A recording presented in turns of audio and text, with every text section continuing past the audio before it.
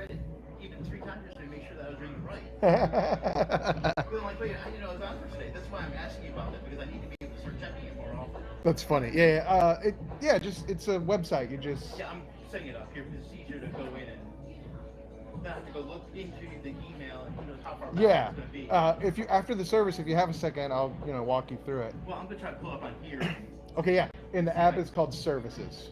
I got it partially downloaded. I'm going to set Perfect. it up now.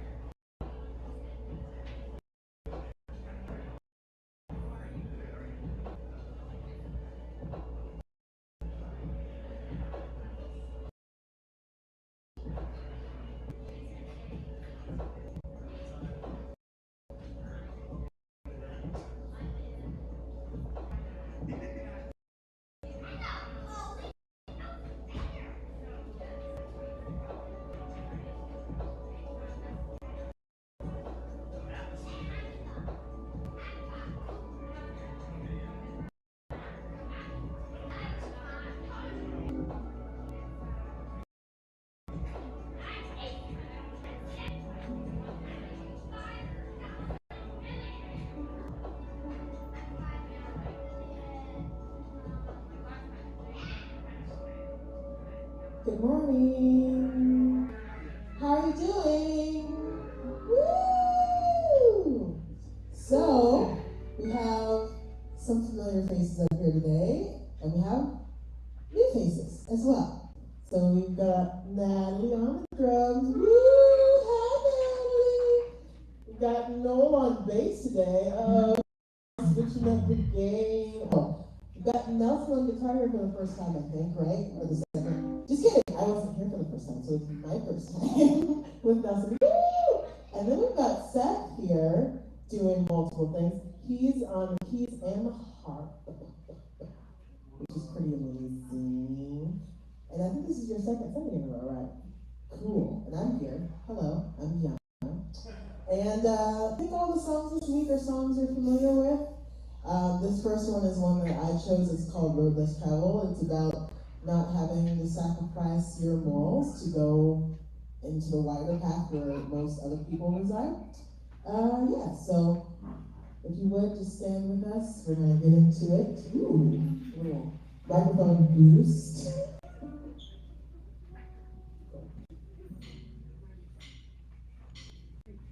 I'm on the road, let's travel with no my suitcase only, space for wandering shoes.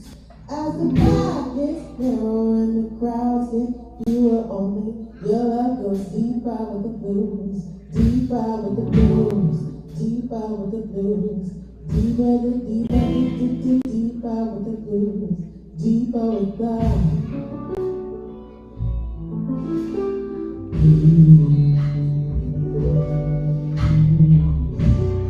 shortcuts, quick routes, just make it nice and easy. Try not to offend my urge to keep it comfy. When my rock is where I keep my heart out the rotating. Will do. Though I never loved like you, taking me to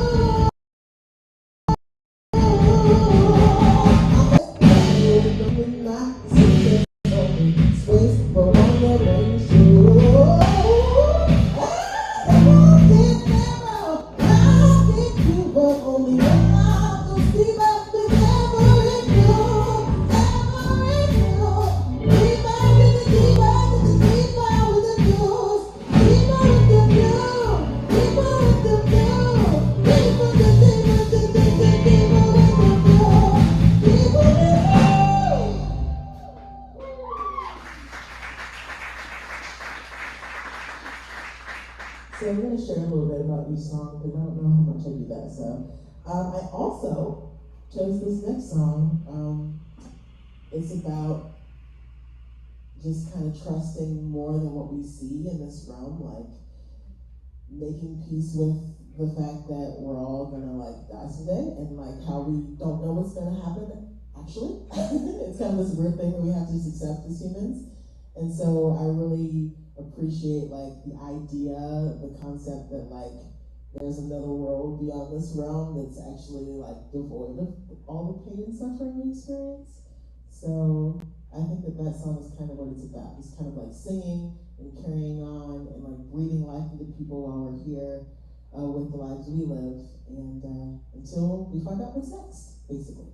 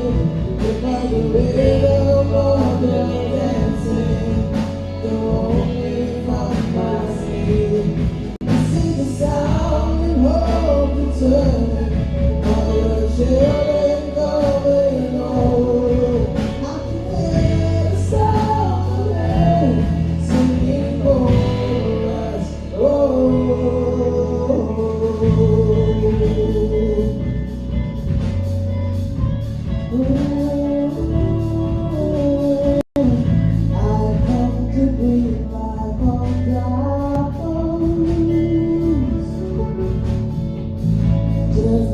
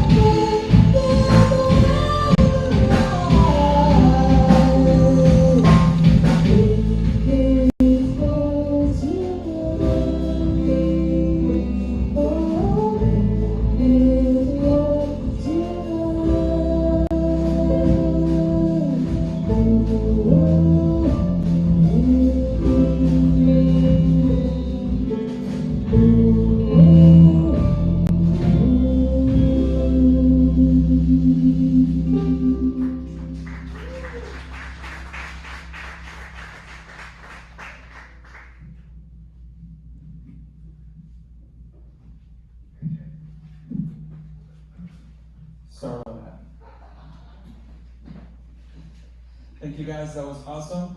Hello everyone, welcome to Different Church. My name is Isaac Bacino and I'm doing announcements today. If you have your phone on you, which I'm pretty sure you do, please take it out. I'm gonna give that church. It should look like something like that. I was trying to do that, by the way. There you're gonna find some options. If you're new, you can click where it says I'm new. Tell us who you are, how we're doing, if you have any ideas or anything you want to share with us. Also, if you want to click on groups, events, pray, if you have any prayer requests, if you want to donate as well, you can find all the information right there. Now, events. We do have some events coming up. Next week, actually, we have the first one. We're going to have a beach day. That's a Saturday on Treasure Island. The week after, we're going to go to the Zurich Magic Show. You got to pay your own ticket, just to let you know. But you're all welcome to come. Like, the idea is to go as a church together. And small groups are coming back on October.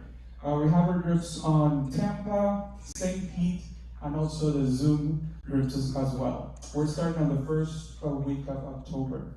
And finally, but not least, we have our social Sunday social today at Three Daughters, which I think is that way, right? That way, yes. So come join us if you want to have grab a bite or a drink or talk about Genesis or whatever. Come and join us as well.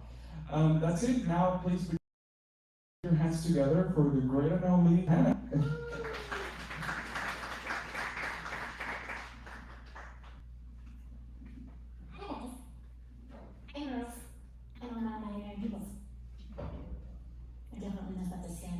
It's been like 2 weeks since I've had an iPad stand issue. So, I just want you to feel at home, comfortable. I still don't know what I'm doing. I'm very excited because this is our second week of Genesis. Who doesn't seem as excited as I am? We are continuing our series on Genesis this week. If you missed last week, you can go listen to the podcast, which I highly recommend. Not just because I'm amazing and you should listen to everything I say forever. But because we did cover a lot of really foundational information last week that will help you as we go forward. So just to have that understanding, I think will make everyone a little bit more comfortable. If you're new here, we are tackling the most controversial book in the Bible, in my opinion. The only one that comes close to Revelation. We'll do that sometime. If you'd like to get deeper, if you have time to do that, you can check out these two books. This is where I draw a lot from. The Genesis for Normal People and Evolution of Adam by Pete Enns and Jared Weiss. If you don't want to do that, you rather watch TV in your house at the end of the day, which is what I want to do. No one goes to sleep and I'm like, well, come lay on the couch and stare at the wall. You can just listen to what I say today, and you'll just know everything you need to know forever. Yes. Now, we're going to start in the beginning. Genesis, like modern Christians, I feel like we're trained to think of Genesis this way. In the beginning, God created a cosmic ball of clear out of nothing. Poof.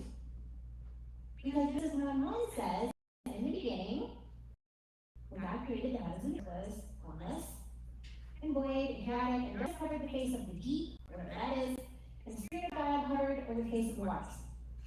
So that sounds like we're starting from nothing, right? Also, I'm like, we're kind of coming in on the middle of something. So, despite the words, God created the heavens and earth, it seems like something was already there. So we have some of this mysterious deep. We also have water. Where did the water come from? It says in the beginning, but it feels like we're walking into the middle of something that's already occurred. Now we have to suspend our 21st century views of the universe and science and history for a moment and enter a world where these stories were written. There are other stories of creation in the ancient world. In fact, virtually every single culture has one, and they don't start from something. Now, the thing that is hardest for us to wrap our modern minds around is that ancient storytellers just don't seem interested in explaining how the earth got here. Not in any scientific sense. It's just not on their radar. They just assume something existed to begin with. The story in Genesis is not focusing on how this chaos, this desolate wasteland got there. It's focusing on the earth being chaos. So the Hebrew word that is translated as chaos, or perhaps if you grew up in church, you've heard it translated formless and void. We tend to think that means nothing. The Hebrew word is tohu bohu. It's a fun word. It sounds like a fancy food.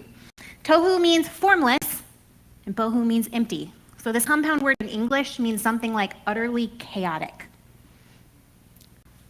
Why? Who cares? Because when we use the word chaos instead of nothing, I think that we can begin to understand the ancient mindset about the beginning of the world and how God creates. Because in the ancient world, God didn't create out of nothing. The world looks the way it does because God tamed the chaos. Genesis is Israel's story about who is truly responsible for taming the chaos and making this place habitable. The uniqueness of Israel's God is not that God's like, there's nothing and now there's something.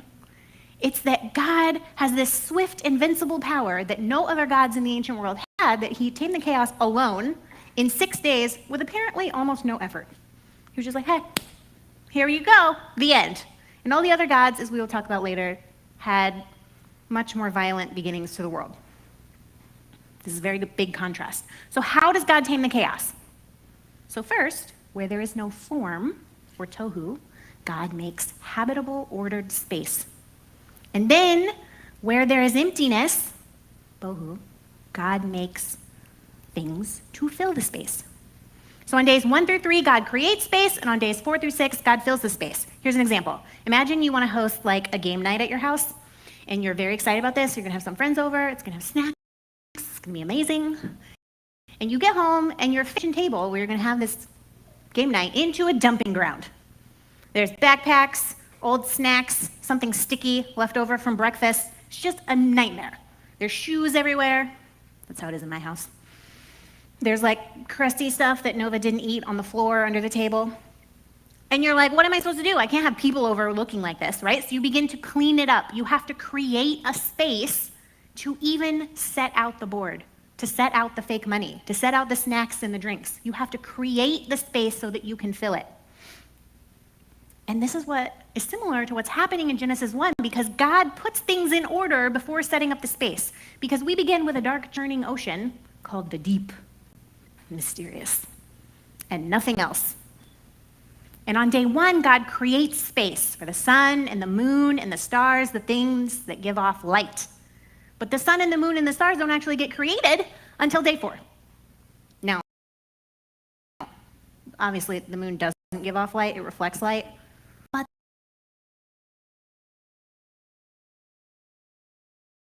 right?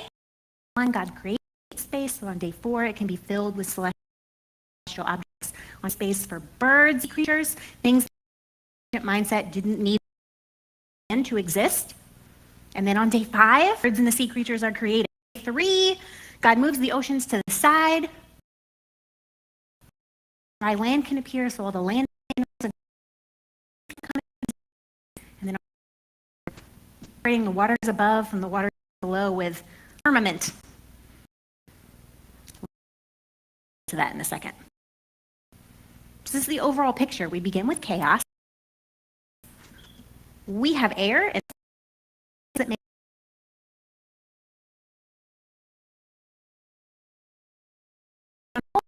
in 6 days. Sometimes read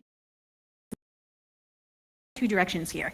Either we're like, what could believe such a ridiculous tale, and we just disregard it entirely. Or we're on the other side and we're like, this must be, because it's in the Bible, exactly scientific and historical truth. Because it's in the Bible and God said it, therefore it's true. And I think both of those ways of thinking actually sell the Bible short. So we're going to think just for a moment about the ancient understanding of the cosmos, which I am excited about. I don't know about you guys, but I'm putting my professor hat on, and so you guys just get to learn some stuff, okay? I have a picture. You probably even won't be able to see it very well, but I'll just make some wild hand motions so everyone will be on the same page, okay? So in Genesis, the cosmos is described in ancient terms, which should not surprise us because the book was written by ancient people, for ancient people, using a language that is dead now. It was not written for us, and it certainly was not written in English. One good example of how Genesis reflects the ancient view of the world is on day 2 when God creates the sky. But it's not like any sky we've ever experienced. This sky is somehow solid. It's called a firmament. This firmament is some sort of vault or dome above the earth that separates the waters above from the waters below. Here's an example. If you're camping, you will never catch me camping. I'm not going to work all year so I can then go sleep outside. But if that's your journey, I love that for you, okay?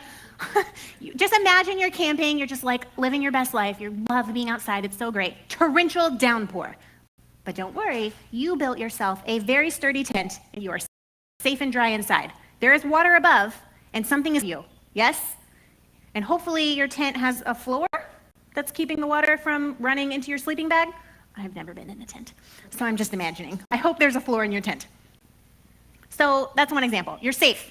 You're safe in your little bubble. I keep hitting this microphone. I feel like I need to scoot over. I'm gonna end up with some bruises. Here's another example. A snow globe in a bathtub. Everyone knows what a snow globe is, I assume. You know, it's like very fancy inside, like little figurines. They're just living, they're so happy. And you plunk it in a bathtub. There's a separation between the water that's all around them and this perfect little habitable space inside the snow globe. Does that help at all? Kind of. I mean, we're not ancient people, right? We're modern people. We're trying to wrap our mind around something that seems completely ridiculous.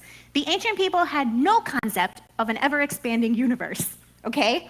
They had no concept of the earth being round. This is their earth. It's, first of all, flat. Of course, you couldn't like send a text to someone and be like, hey, is the earth to where you are? Like, no, it didn't exist. So there's water above and there's water below. The firmament is the dome that holds the water up so that life could exist in the space where the humans are. And the earth is held together, tied down, if you want to use a tent metaphor, with pillars of the earth, mountains. Because there's water underneath. Something had to be anchoring this land, right? Otherwise you'd be swept away. Now, why would you think that there's water in the sky, being held up by a glass ceiling? Because the sky is blue. The same color as the water. And when it rains, water comes from the sky. So there must be water up there. Otherwise, how is it raining on us? There are even these things called floodgates. If you've been around church, you'd be like, open the floodgates of heaven. We like to put that in worship songs. These are actual things that ancient people believed in. You could open the floodgates of heaven and water would come out because there was water up there. That was their understanding. These are, of course, what open when in the story of Noah, when the whole world drowns. The water above and the water below come together. So the next time you read Genesis 1, picture a snow globe. Humans had just this little space to occupy. Little tiny space that was ordered and kind of hospitable to life. And everything outside the dome was chaos, wild, waste, the deep. Now, last week we talked about how the Torah was canonized and collected, the first 5 books of the Bible, around the time of the Babylonian exile when the Israelites were forcibly removed from their home and carted off to Babylon. You can actually find a jab or two at the Babylonian gods in this story. For example, the Babylonians were like very big on astrology and the sun and the moon and the stars, and some of them even worshiped them, and they were these heavenly bodies were at least thought to tell the future. They would like prescribe things for your life. For the Israelites, these heavenly bodies served no such purpose whatsoever. They were just passive agents. They served God only by marking time, and not even the time of seasons, the time of liturgical seasons. God creates these things just so that you can mark time of how to worship God. Another knock on the Babylonians is that Israel's God works by himself. So in the Babylonian creation story, the Enuma Elish, there's a soap opera, an ancient soap opera, proving that humans have always been the same and will never change. So this is how the Babylonians decided the earth existed. The god Marduk had a long-standing fight, apparently, with his great-grandmother Tiamat, and he was so upset with her, he cut her in half, not this way, from top to bottom, and then made the dome, the firmament, out of her body.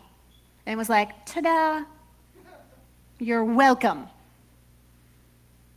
Now, Israel's God, in contrast, gets in no fights, has no grievances with anyone, and does not resort to violence in order to make the earth a habitable place. Just speaks, and space is created. solo and effortlessly. They're basically saying, oh, you Babylonians, you think you're so strong capturing us, but our God, he could just think. You just think and you'd be wiped out. And then humans are created as God's crowning achievement. And we like this part. We're like, yes, we are.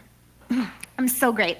Humans are wonderful. We love that part. We're fearfully and wonderfully made. Why is this important? Because in the ancient world, kings would put images of themselves, like in the most farthest part of their kingdom.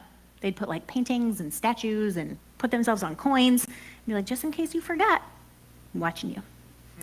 Remember my face. You must always know that I am your king. But humans are the divine image bearers. All humans, male and female, have been elevated to this status of divine image bearers in God's kingdom. In fact, humanity's status is so high that the Jews later wrote stories about how angels were jinns. They were like, I cannot believe that God would make this race of humans who would dare to be as good as we are. They're humans, these pesky little, they're awful. I can't believe that God would think that they would bear God's image. This elevation of humans is not like other ancient creation stories. In the Babylonian creation stories, humans are definitely not made in the image of God at all. They have nothing to do with the gods. In another ancient creation story, humans are created as an afterthought because the gods created everything, and then they were like, oh no, someone has to farm the land and clean up our mess. We need someone to do our manual labor, and then they created humans to do that. And in the Israelite story, all humans are elevated to this status, not just of a grunt worker, not of somebody who is an afterthought, but as something that was deliberately and specifically created to be like God in the world. And maybe that's a comment, an ancient Israelite comment on equality, perhaps being exiled and forcibly removed and for a whole generation before you're allowed to come back, the value of life. Genesis 1 is this ancient statement of faith that the God of Israel alone is worthy of Israel's worship. As tempting as it may have been to follow the gods of stronger nations, and it was very tempting, I don't know if you've read the Old Testament, but constantly the Israelites are like, well, that God looks very cool though. Can we just go shopping over there for that God? No. This Genesis 1 was crafted to remind the Israelites that even though other people may switch gods, like we change streaming services, they were not allowed to do this. Why? Because their God alone was the one responsible for taming the chaos and making a habitable space for humans to live in and filling the world around us. Genesis was not written in some kind of secret code so that we would think that Israelites had a basic understanding of how the universe came into existence, or the Big Bang, or the theory of relativity, or the ever-expanding universe. No ancient person, not just the Israelites, would have any idea what you were talking about.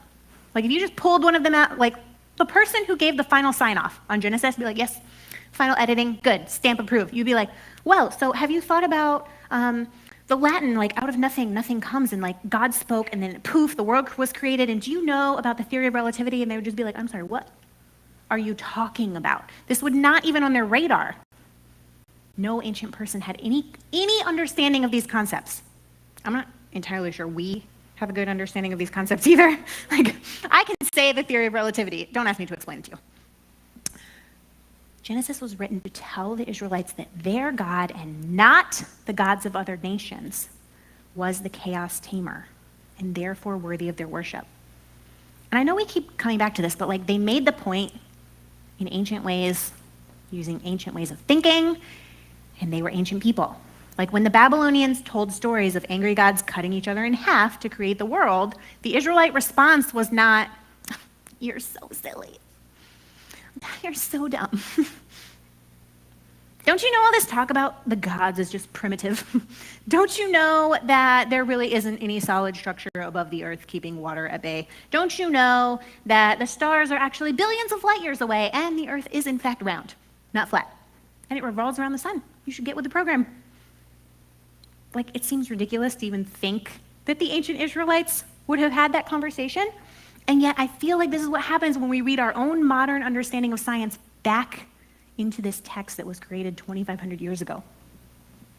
The Israelites were using a view of the universe that already existed, that they were familiar with, to make a unique statement of faith.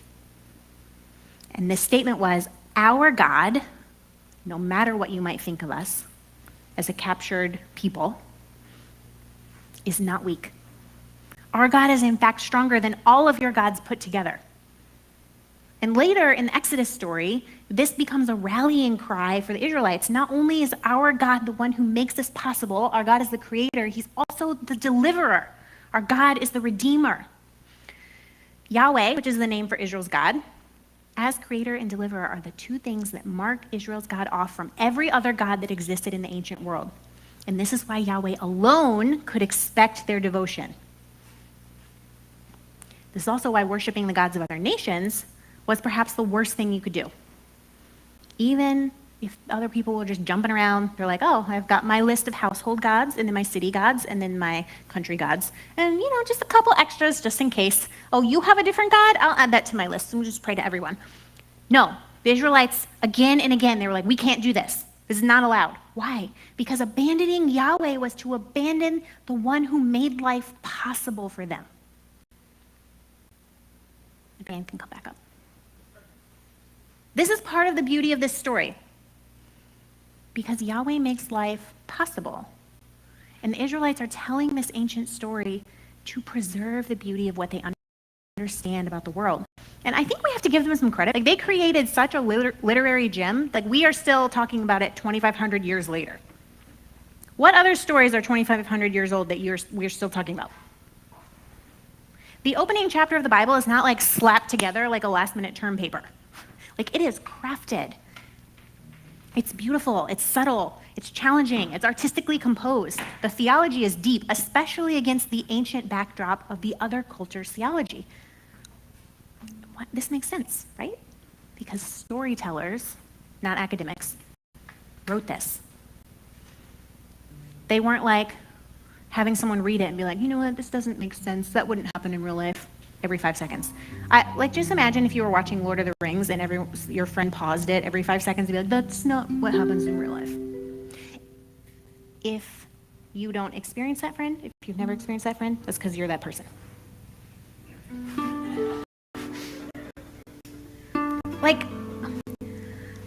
I guess what I'm trying to say is, I know some of you are having a small panic attack right now because you think I'm comparing the story of the creation of the world to Lord of the Rings.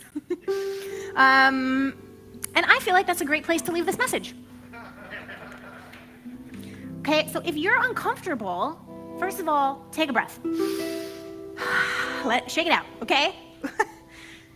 Sit with this. I want you to try and give yourself the space to process the story of God and the story of the Bible and the story of how God made order out of chaos and this ancient understanding of a world that looked completely different to them than what it looks like to us. Give yourself space to that. Also, remember that saying it's a story in Genesis does not necessarily mean that everything in the Bible is fiction. Okay, I don't want you to leave here being like, nothing. I just pulled the creation brick out, so I can't believe anything that was written in the Bible. I can tell you what I ate for breakfast. I had a protein bar. That's a fact. However, it's still a story that I'm telling you. The question is, what are we going to do with it? Right? So how does information about how the ancient people understood the world and the creation of the world, how can we sit with that? How can that affect our faith? Because stories are not waiting to be modeled to fit our experience. They're waiting for us to enter the story and be affected by it. So, if you grew up evangelical and you're feeling very nervous right now, it's okay. Give you permission to feel nervous. And if this doesn't affect you at all, bless you. I'm so happy that you had a religious upbringing that didn't scar you at all. I wish I could say that was my life. Next week, we're going to talk about, you may have noticed we only talked about Genesis 1 today. In Genesis 2, there is another story of creation. It actually contradicts Genesis 1. They are not the same. The order of creation is not the same. And so next week, we're going to talk about Adam and Eve and what happens in Genesis 2. But until then, just reflect. Just give yourself space to be a little uncomfortable maybe with a text that's 2,500 years old. Older than really we can even wrap our minds around. We have 2 more songs. The band's gonna kill it. I love that we have a harp today. I feel like it makes us look very, very fancy. Much fancier than we actually are. Thank you, Seth. We have 2 more songs, and then I'll come back and give you a benediction, and then we will go have an excellent Sunday and discuss Genesis at 3 daughters.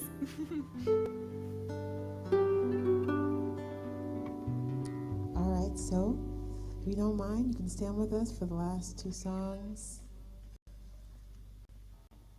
We've done this one a lot of times. It's called Close to Me.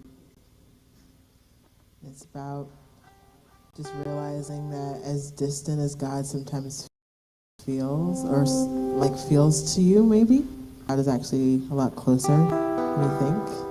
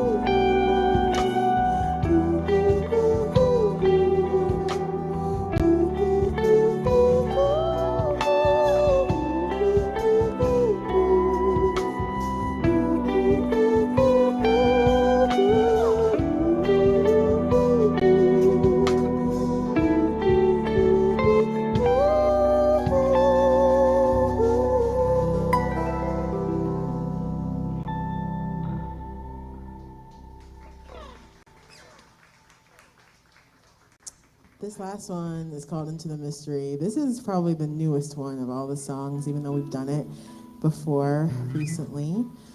And I really like this song. Jarrett shared this song with us. And I think it's really special because it talks about, I really think the chorus is the singer pleading out to God and kind of admitting, like, even when I try to fight wanting to be loved by you, there's nothing I can do. It's like in my fabric. Like, I can't help but want to feel that I'm loved. And I feel like the other half is like, whatever you do, I'll be there, God's saying.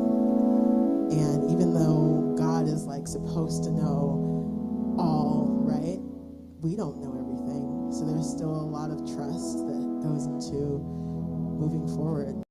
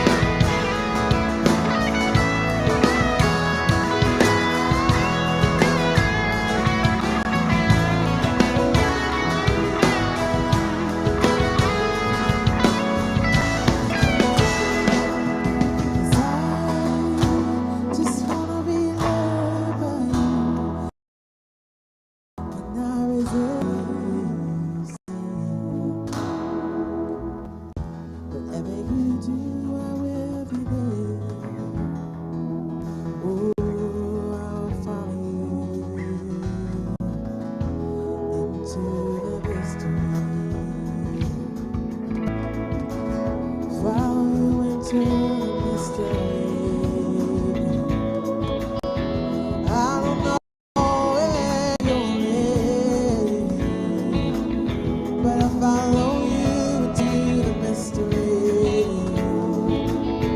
But I follow you to the mystery. Even though I don't know where you're gonna lead me, I follow you to the mystery. Even though I don't know where I'm gonna go, I know you lead me home. I just wanna be loved by you, and I resist the need to say, oh no, whatever you do, I will be there. I believe that you will follow me, yeah, into the mystery, into the mystery, into the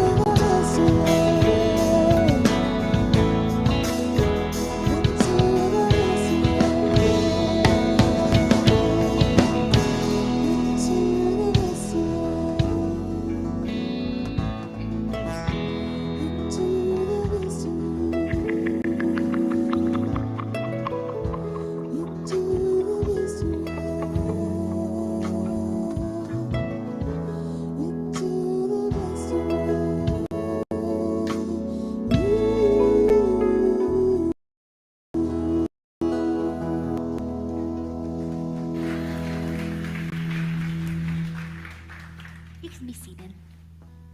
Thanks for coming, y'all. Happy Sunday.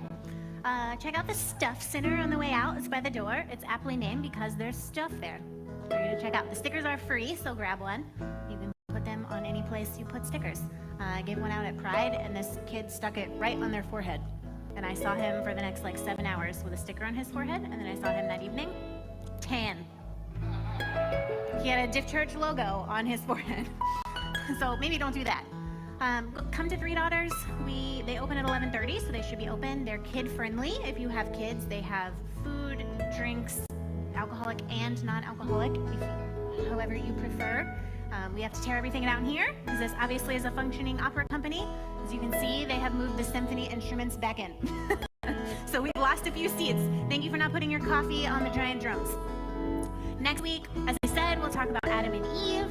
So definitely, come back to that because it's so exciting. At least I'm excited. Let's pray, and then we'll be done. So I don't just stand here and ramble your ears off for the rest of the day.